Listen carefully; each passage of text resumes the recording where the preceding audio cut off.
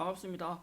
이번 시간 원가 계산, 원가 회계라는 과목을 통해서 여러분들이 저와 함께 학습할 내용에 대해서 간단히 먼저 안내해 드리고 수업 진행을 하고자 합니다. 이번 시간 여러분들이 저와 함께 하실 내용은 바로 원가의 흐름과 기장에 대한 내용입니다.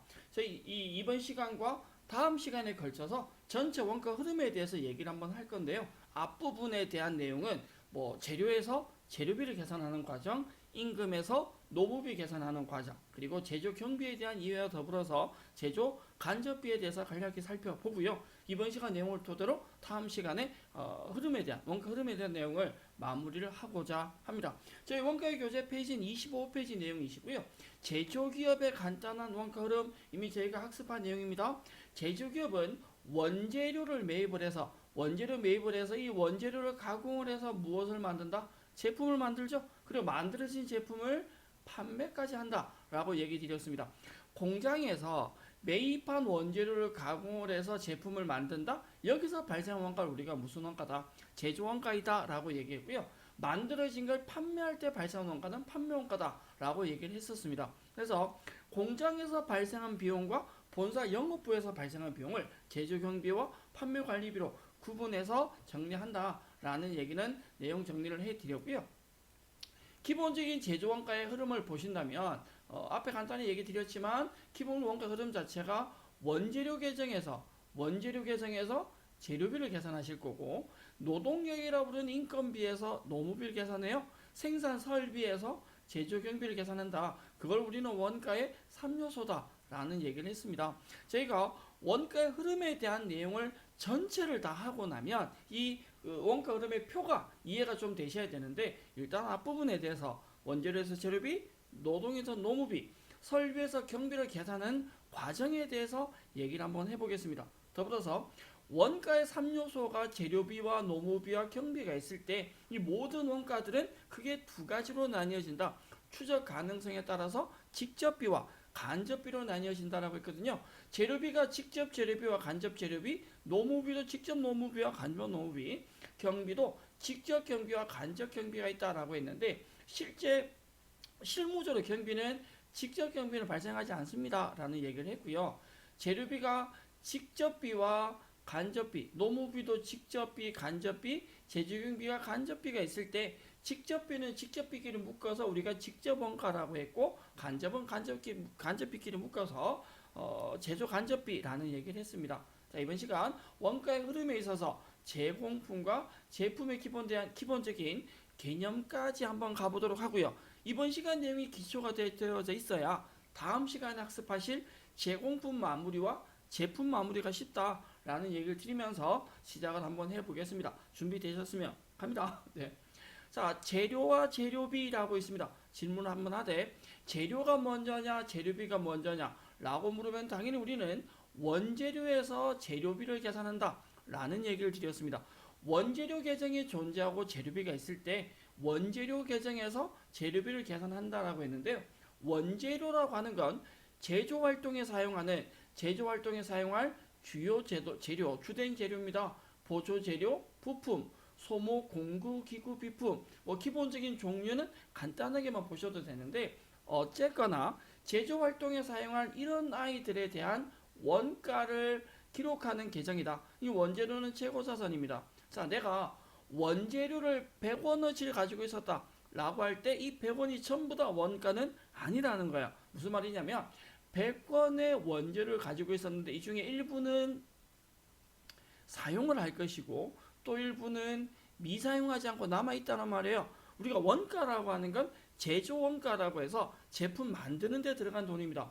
100원의 원재료 중에서 80원이 사용했다면 20원은 미사용이라는 거다. 그럼 결론적으로 말하자면 원가라고 하는 건 제조 원가니까 우리한테 필요한 원가는 20원의 미사용이 아니라 80원에 사용된 거. 이 친구가 바로 재료비가 됩니다.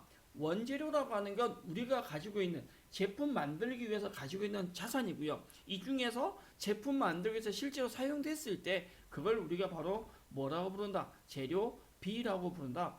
제품의 제조 과정에서 소비된 재료의 가치다라고 하는데요. 이 소비는 다른 말로 쉽게 이야기하면 사용된입니다.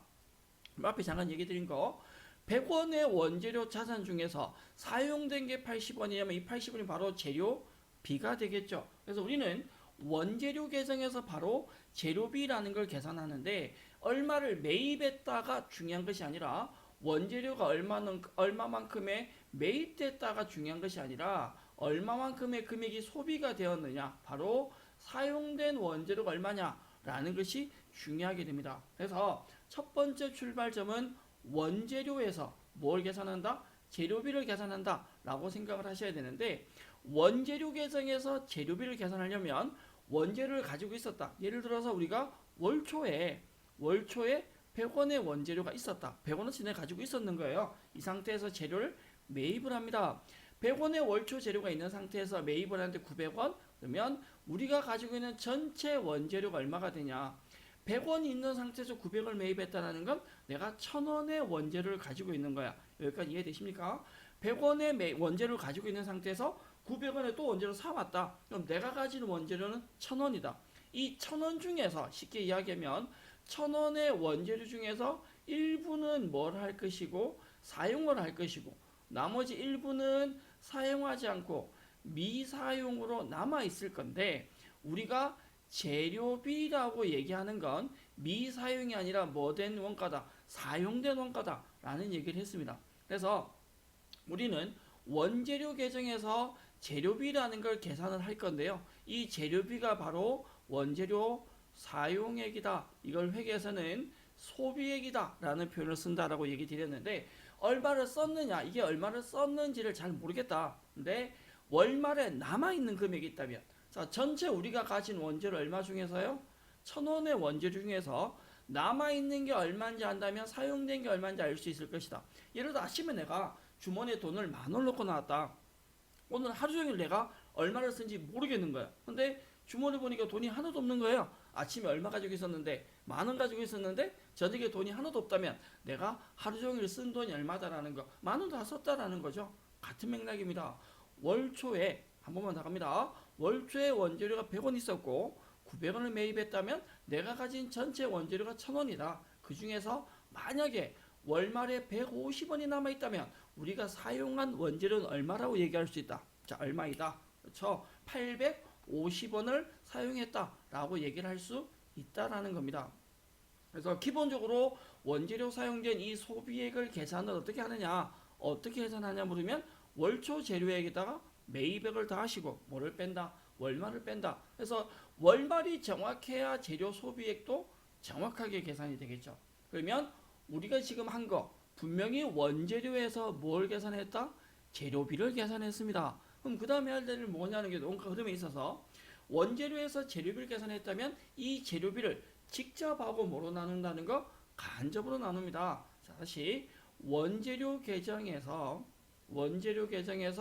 재료비를 계산했다면 이 재료비를 공이 특정 제품 하나에만 사용한 직접 재료비와 둘 이상의 제품에 같이 사용한 간접 재료비로 나눈다라는 거죠.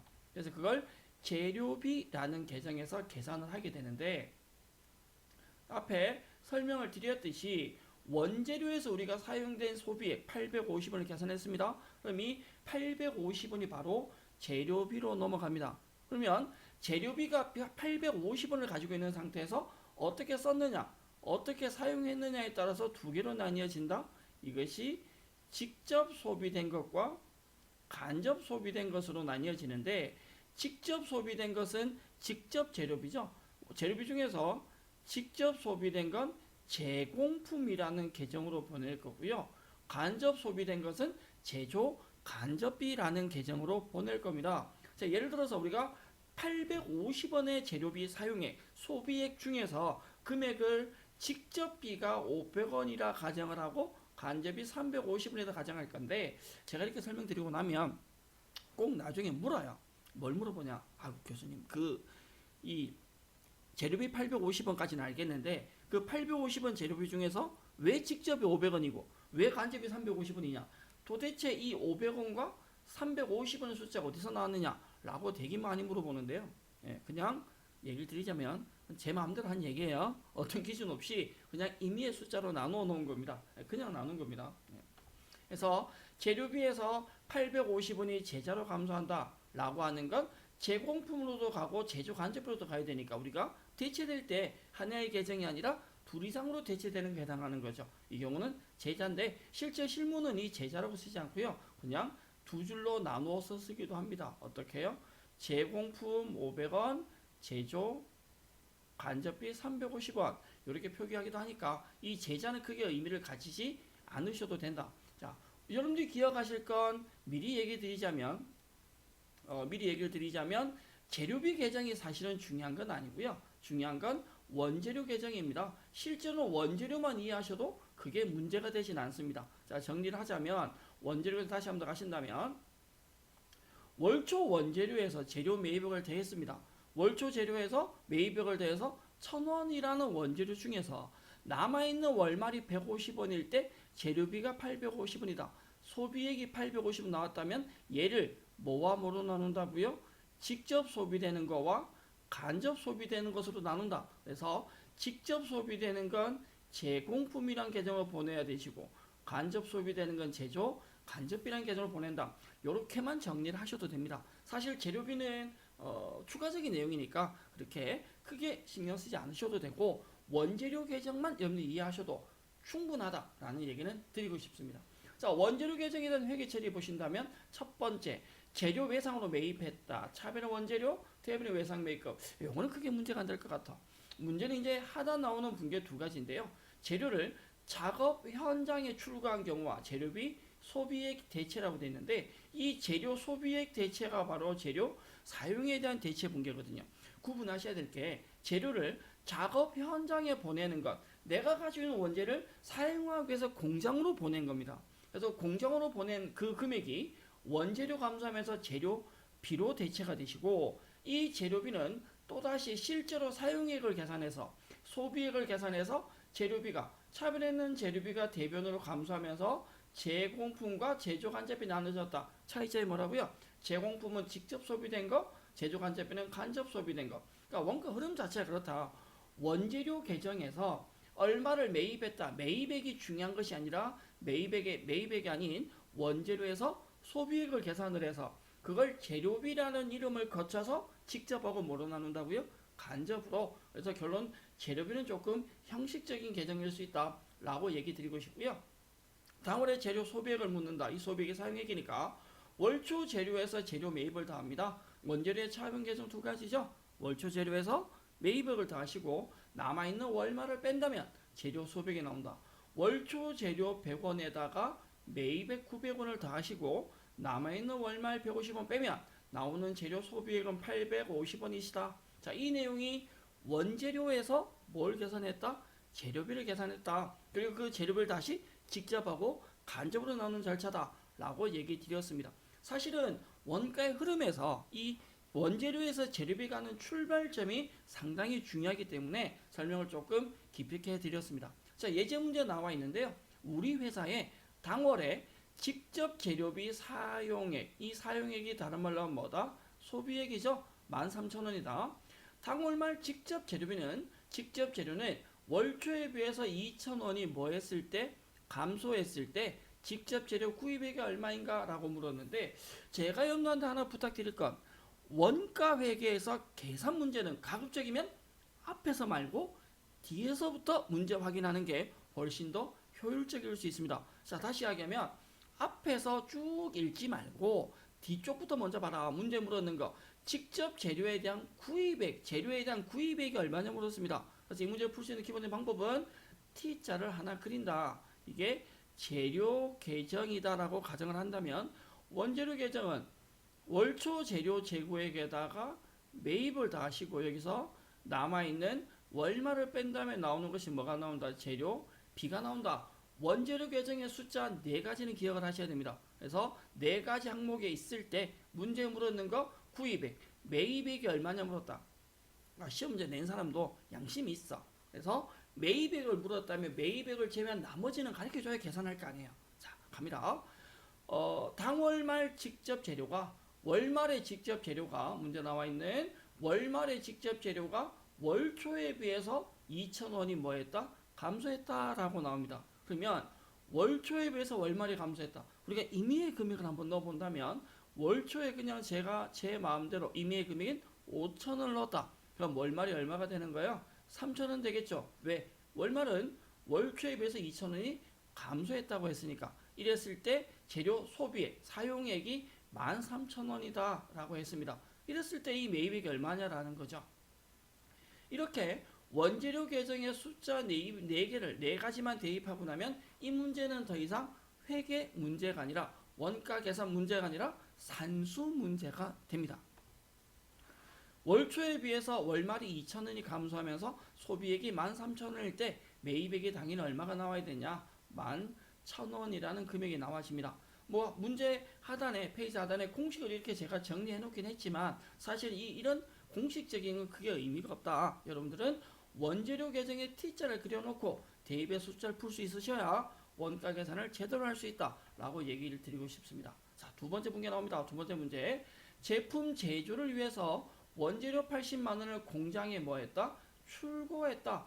공장에 출고했다. 우리 출고라고 하는 건 공장에 보내는 개념이지. 이 출고와 같이 나와야 될 게 소비의 개념이죠.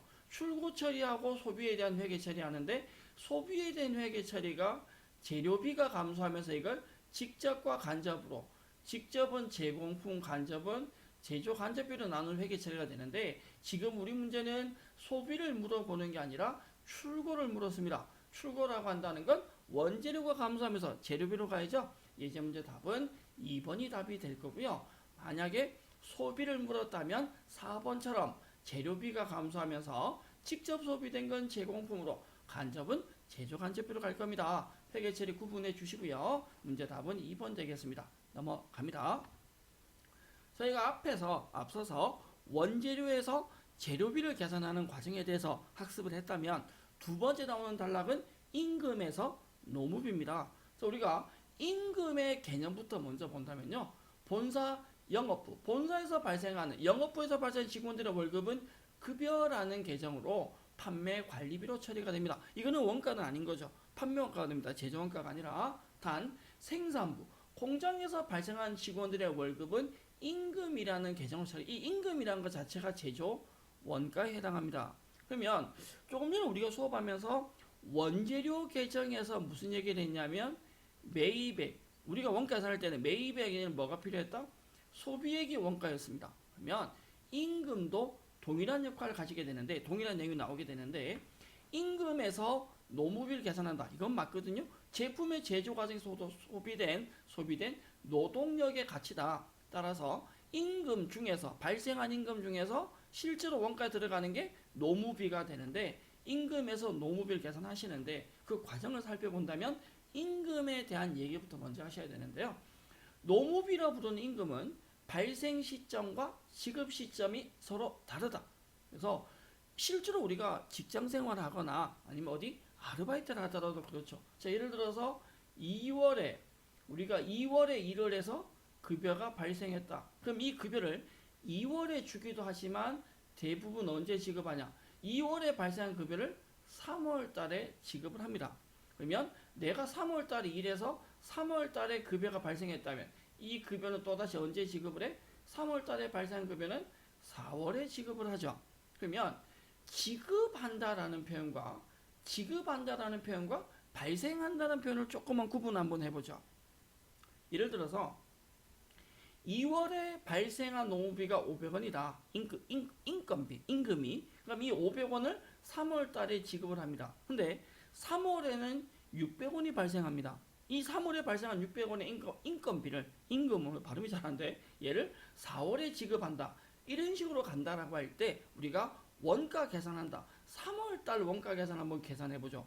3월에 노무비가 얼마냐라고 물으면 3월에 지급된 건 얼마 지급했느냐? 500원 지급했습니다. 근데 3월에 발생한 건 얼마냐? 600원입니다. 그럼 여기서 노무비를 계산할 때 지급액이 있고 발생액이 있을 때 과연 지급액이 노무비냐? 발생액이 노무비냐? 바꿔 말하면 3월 달에 제조 원가가 500원이 맞냐? 600원이 맞냐? 그걸 제가 지금 여러분한테 물어보고 싶은 거야. 500원입니까? 600원입니까? 대답을 할 수 있으셔야 되는데 실제로 노무비라 부르는 임금은요. 얼마를 지급했다. 이게 크게 중요하지 않습니다. 발생액이 중요합니다. 자, 예를 들어서 3월 달에 지급된 건 3월 달 게 아니라 언제 걸 지급한 것이다? 2월 달 걸 3월에 지급한 거고요. 3월에 발생한 건 4월에 지급한다고. 그래서 3월 달에 제품 원가, 3월에 만든 원가가 얼마냐라고 묻는 건 3월 달에 지급한 게 아니라 3월 달에 뭐 한 거? 발생한 것이다. 우리가 아까 원재료에서 매입액이 아니라 소비액이 필요하듯이 임금도 동일한 형태를 가지게 되는데 첫 번째 임금에 전월 미지급이 100원이다. 예를 들어서 전월 미지급 100원이라는 건 지난달에 안 준 돈이 100원 있는 거예요. 그러니까 지난달 일했는데 아직 미지급한 돈이 100원 있다. 그럼 이 100원 어떻게? 회사가 지급을 해야 됩니다. 그 상태에서 노무비, 임금 계정 대변에 나온 이 노무비가 바로 노무비 발생액이고 임금 발생액이고요. 이걸 다른 말로 한다면 소비액이 됩니다. 자, 얼마가 발생한지 확인해 본다면 지난달 안 준 돈이 100원 있는 상태에서 이번 달에 900원이 발생했다. 900원만큼 일을 한 거예요. 그러면 회사가 지급해야 될 전체 인건비가 얼마냐라고 물으면 지난달 안 준 100원에 이번 달 발생한 900원을 더해서 1000원이라는 인건비를 회사가 지급을 해야 되는 거죠. 근데 그 1000원 중에서 만약에 850원만 지급을 했다. 그럼 아직 지급하지 않은 돈이 얼마가 남아있는 거야? 150원이 당월에 미지급으로 남아있는 겁니다. 물론 이 당월 미지급은 다음 달로 넘어가면 전월 미지급이 되겠죠. 이게 계속 순환이 반복이 된다라고 생각하면 됩니다. 그러면 임금 계정의 숫자가 4개가 나오는데요. 여러분들이 짚고 넘어갈 건 이 과연 나오는 4개의 숫자 중에서 뭐가 제일 중요하냐? 우리한테 필요한 건 바로 이 노무비라는 것이 필요합니다. 이 노무비는 바로 임금에 대한 소비액이죠. 다른 말로 하면 이게 발생액이다. 지급액이 중요한 게 아니라 뭐가 중요하다? 발생액이 중요하다.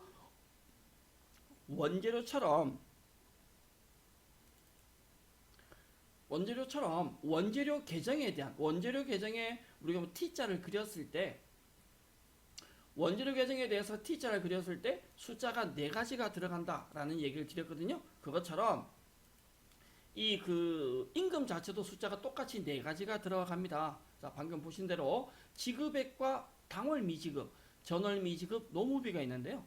원재료 계정에서 매입액이 아니라 소비액이 중요했듯이 임금도 지급액이 아니라 이 노무비 소비액을 계산할 수 있으셔야 된다. 임금에 대한 소비액이 900원이 발생했다면 똑같은 형태로 가겠죠.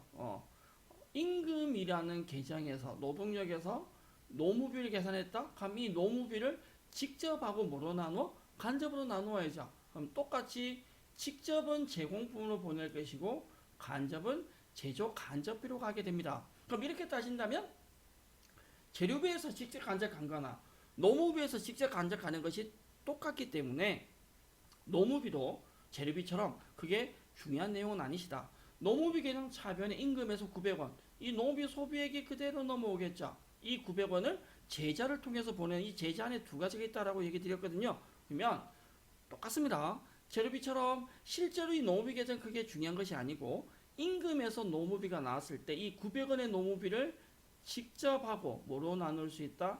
간접으로 나눌 수 있다. 해서 직접 소비되는 건 제공품으로 보내시고 간접 소비되는 건 뭐로 보낸다? 제조 간접비로 보낸다 라고 얘기를 할 수가 있다라는 거야. 그러면 900원의 노무비를 임금 소비액을 얼마를 직접으로 얼마를 간접으로 쪼갤 거냐라고 하는 건 역시 아무 기준 없고 제 마음대로 직접이 600원 간접이 300원 이렇게 가정을 한번 해보겠습니다.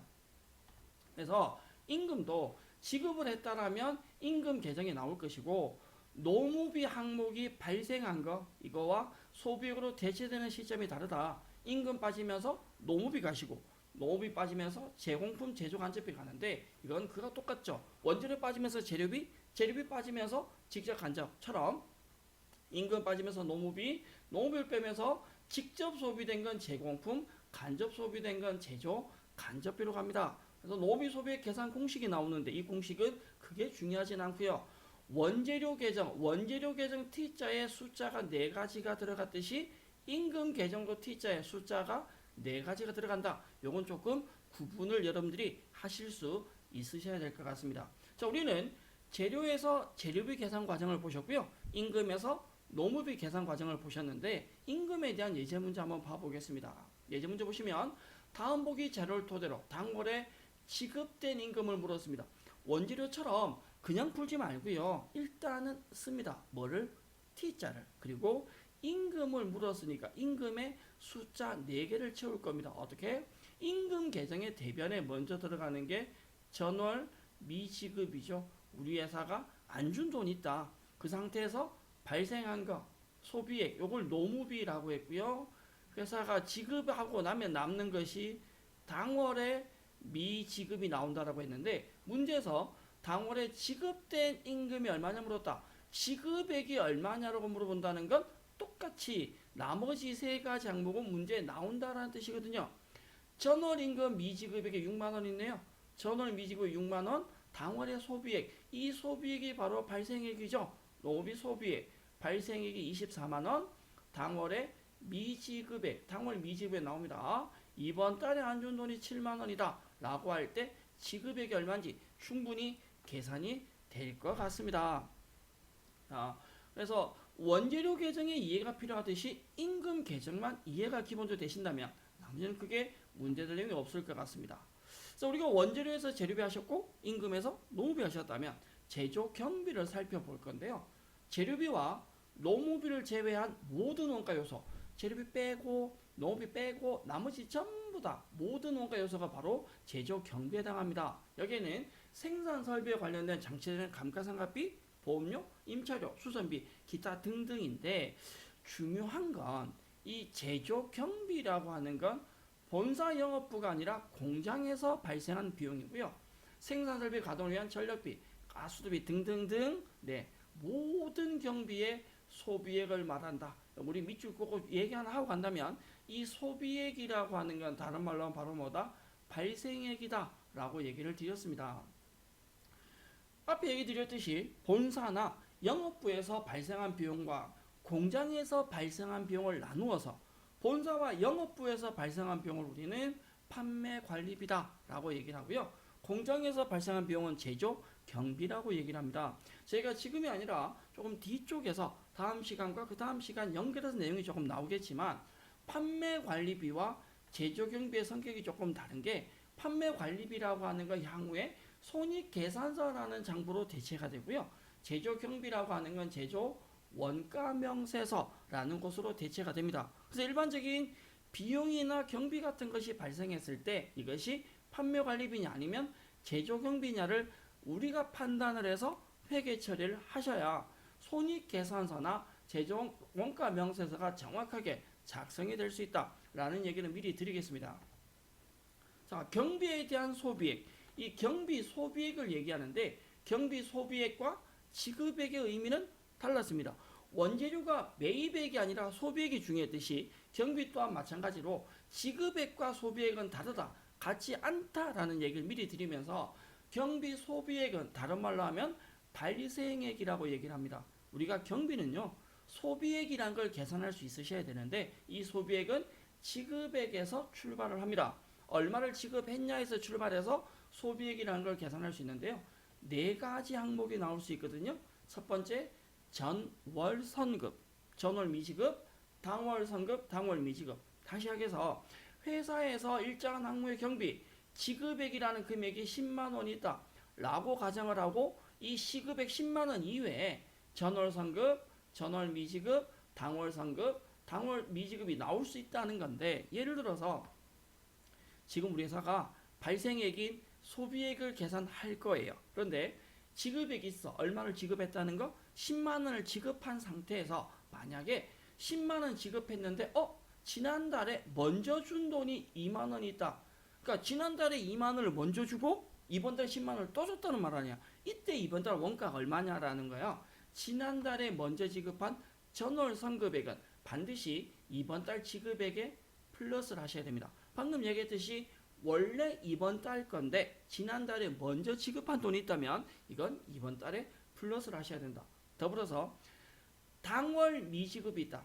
이번 달에 안 준 돈이 있다. 이번 달에 안 준 돈이 있으면 이번 달 건데 안 준 돈이 있으면 역시 뭐 하셔야 돼? 플러스를 해야 진짜 이번 달 게 나올 거 아니에요. 맞으세요?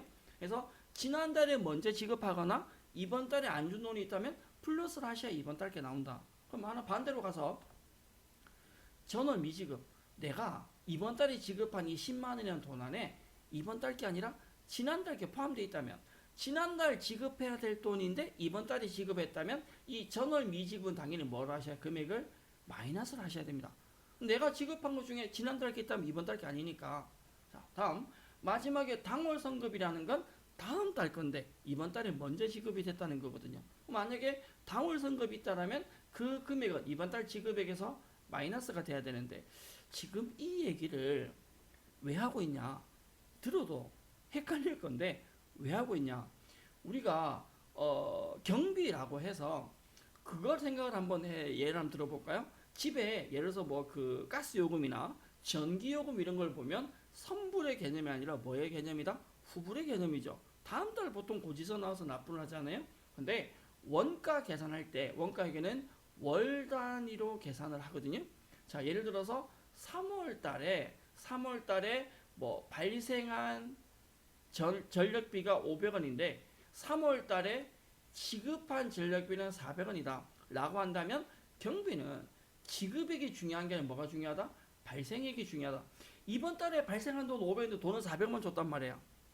그렇다면 실제 이번 달 원가는 500원이 원가인 거죠. 그걸 계산을 할 건데, 경비 소비액이라고 부르는 발생액을 계산할 건데, 경비 소비액은 지급액을 기준으로 결론은 더하는 것이고 빼는 것이 있다. 전월 성급, 당월 미지급은 플러스를 하셔야 되고, 당월 성급이나 전월 미지급은 마이너스를 하셔야 된다. 다시 지급액이 있다. 여기서 출발하는데 지난달에 먼저 준 돈이 있다면 플러스 이번 달 거니까, 이번 달 건데 안 준 돈이 있다 플러스 당월 미지급. 요거 두 가지는 더 하시고, 나머지 지난달에 안 준 돈이나 이번 달에 먼저 준 돈, 다음 달 건데 이번 달에 먼저 줬다면 이건 다음 달로 가야 되니까 마이너스를 해야 된다는 거죠. 이렇게 정리를 조금 해 주실 필요성이 있는데, 자, 정리를 한번 하자면 이럴 수 있습니다. 자, 경비 소비액부터 먼저 한번 보시자면요, 경비 소비액 계산은 공식이라고 얘기를 할 수 있는데, 표 하단에 마지막에 보시면 그런 내용이 나오십니다. 경비 소비액은, 발생액은 지급액에다가 더하는 것이 있고 빼는 것이 있습니다. 이걸 이렇게 풀어놓고 나면 조금 헷갈릴 수 있어서 저희는 정리를 이렇게 한번 해볼게요. 자, 경비라는 것이 있고 경비 소비액을 계산을 할 건데, 이 소비액은 지급액을 기준으로 더하는 것이 있고 빼는 것이 있습니다. 지급액을 기준으로 더한다라고 한다면 전월 성급, 당월 미지급은 더할 거고요. 전월 미지급과 당월 선급은 뺄 겁니다. 우리는 지급액에다가 더하는 걸 기억할 건데 전선 당미로 기억을 하겠습니다. 앞에 보셨던 거 경비 소비액 계산하는 게 지급액에서 어떤 건 더하시고 어떤 거는 마이너스를 해서 뺐습니다. 그러니까 뭘 더하고 뭘 빼냐라는 거죠. 그래서 더하는 것이 바로 전월 선급, 당월 미지급, 전선 당미, 나머지 뺀다라고 이해를 하시면 될 것 같은데, 조금 이따 예제 문제에서 한 번 더 보도록 할게요. 그래서 이러한 경비에 대해서 뭐 보험료가 있다. 그럼 보험료가 발생액을 찾아서 보험료를 제조경비로 보내시고, 이 제조경비는 다시 없애면서 제공품과 뭐로 나눈다? 제조 간접비. 그럼 여기서 이해할 수 있는 거, 제공품과 제조 간접비 차이점은요, 제공품은 직접 소비된 직접비고 제조 간접비는 간접 소비된 간접비다라고 얘기를 할 수 있다는 거죠. 그렇다면 원재료에서 재료비, 임금에서 노무비, 제조 경비에서 경비를 가지고 모든 항목들이 직접 간접 나누는 건 사실은 전부 다마다 동일하다라는 결과가 나오는데, 제공품과 제조 간접비에 대한 내용은 저희가 다음 시간에 만나게 될 겁니다. 궁금하시면 기다리면 돼요. 다음 시간까지. 네. 자, 제조경비 지급표가 나옵니다. 요거는 나중에 한번 더 보실 일이 있을 건데, 지급액을 기준으로 해서 소비액을 계산을 합니다. 자, 지급액을 기준해서 소비액을 계산하는데 어떤 항목은 플러스 항목이고 어떤 항목은 마이너스 항목이다라는 거죠. 더하는 게 있고 빼는 게 있을 때 우리 지급액에서 소비액 계산할 때 뭘 더하고 뭘 뺀다? 더하는 거 두 가지 있었습니다. 전선, 당미요. 그렇죠? 전월 선급은 플러스 하시고 당월 미지급은 플러스입니다. 나머지 당선, 당월 선급, 전월 미지급 마이너스죠. 그래서 지급액에서 더할 걸 더하시고 뺄 걸 빼면 뭐가 나온다? 소비액이 나온다. 계산 한번 해보시는 걸로 넘어갈 건데 미리 하나만 부탁드리자면 여러분들이 그 보관료 이 보관료하고요 외주 가공비 관련된 문제를 좀 푼다면 보관료 같은 경우는 지급의 6만 원에 당월 미지급 더하고 전월 미지급 빼면 소비액이 계산이 되겠죠. 자, 난 답을 맞는지 모르겠어요. 그럼 뭐가 문제냐? 외주 가공비가 소비액을 보여주고 98,000원 역으로 지급액을 물었습니다. 여러분들이 꼭 체크할 게 뭐냐면 일반 회계 관련 자격시험에서 이 문제가 나왔을 때 굉장히 잘 틀리는데 어디서 많이 틀리냐면요. 조금 전에 우리가 소비액은 지급액을 기준으로 지급한 금액 기준으로 더할 것하고 뺄 걸 뺀다. 뭘 더해요? 전월, 성급, 당월 미지급 더하고 나머지 뺀다 그랬거든요. 그래서 지급액에서 더하고 빼는 건데 간혹 시험 문제에 소비액을 가르쳐주고 소비액을 문제를 제시하고 지급액을 얼마냐고 물으면 지금 이 외주 가공비처럼 간혹 문제 풀 때 소비액에다가 전선 당미를 더해서 얘를 계산하는 경우가 있다. 안 되는 거죠. 지급액에다 더하고 나머지를 빼서 나오는 것이 뭐다? 소비액이다. 그래서 우리가 지급액을 계산할 거냐 아니면 반대로 소비액을 계산할 거냐 이거는 구분을 조금 해 주셔야 합니다. 자, 이 문제는 지급액 금액에 외주가공비 지급액 금액에 당선 마이너스고요. 전선 플러스죠. 전선 당미니까. 그래서 여기에서 마이너스 플러스에서 98,000이 나온 것이다. 그러면 앞에 외주가공비는 역으로 계산을 해 주셔야죠. 자, 금액이 얼마인지 잘 모르겠고 필요하시면 물어보시는 걸로. 저는 답은 패스. 예제 문제 나옵니다. 우리 회사에 당월의 수선비 현금 지급액이 10만원 전월 선급 당월 미지급액이 나옵니다. 이랬을 때 소비액이 얼마냐 물었다. 자, 소비액을 물었네요. 소비액은 이 지급액에다가 더할 걸 더하고 뺄 걸 빼는데 뭘 더한다고요? 전선 당미 전선 플러스 당미 플러스죠. 결론은 지급액 10만원에 전선 전월 선급 2만원 더하시고 당월 미지급 5만원을 더하면 소비액이 계산이 될 것 같습니다. 예제 문제 답 확인되실 거고요. 17만원. 다음 문제 넘어갈까요? 제조 경비에 대한 얘기를 했다면 제조 간접비 얘기를 한번 해볼 건데요. 간접비는 두 종류 이상의 제품을 생산하기 위해서 공통적으로 발생한 원가다라고 얘기할 수 있는데 제조 간접비는 사실은 이번 시간에 다룰 건 아니고 여러분들은 뭐 괜찮으시면 다음 시간에 조금 깊이 있게 다루도록 할 건데 이번 시간에 간접비에 대한 특징만 정리를 하고 넘어갈 겁니다. 자, 그러면 제조기업의 원가를 한 번만 더 볼까요? 자, 원재료에서 재료비를 계산하고 인건비인 임금에서 노무비 계산, 설비비에서 경비 계산 이게 원가의 3요소인데 자, 어떤 과정을 거치건 어떤 금액이 나오건 재료비 계산하고 노무비 계산하고 경비 계산이 됐다면 그 다음 하실 일은 어떻게? 직접과 뭐로 나눈다? 간접으로 나눈다고 그랬습니다. 그래서 기억하실 건 직접 소비된 건 제공품으로 가고 간접 소비된 건 어디로 간다? 제조 간접비로 간다. 전체 제조기업의 원가 흐름에서 이번 시간까지 다룬 건 제공품과 제품까지 갔는데 실제로 저희가 제공품이나 제조 간접에 대한 세부적인 내용은 하지 않았습니다. 이건 다음 시간에 만날 겁니다.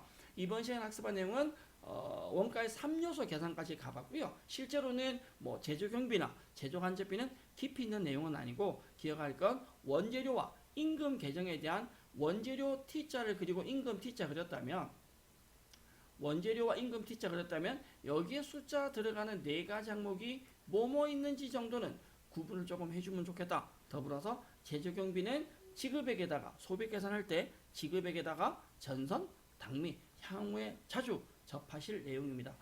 원가 흐름 자체가 쉬운 내용은 아니고요. 조금 반복적으로 보셔야 되는 내용이기 때문에 조금 부족한 건 다음 시간에 연결해서 할 건데 이번 시간에 원가 흐름에 대한 원가 3요소 개념은 조금 정리를 하시고 다음 시간 수업 준비를 해주시면 좋겠습니다. 예제 문제들 한 번씩 훑어보시고 저희는 다음 시간에 제공품과 제품에 대해서 원가 흐름에서 제공품과 제품에 대해서 연결하면서 원가 흐름을 마무리를 하려 합니다. 고생하셨고요. 저희는 다음 시간에 다시 인사드리겠습니다. 여러분 수고하셨습니다.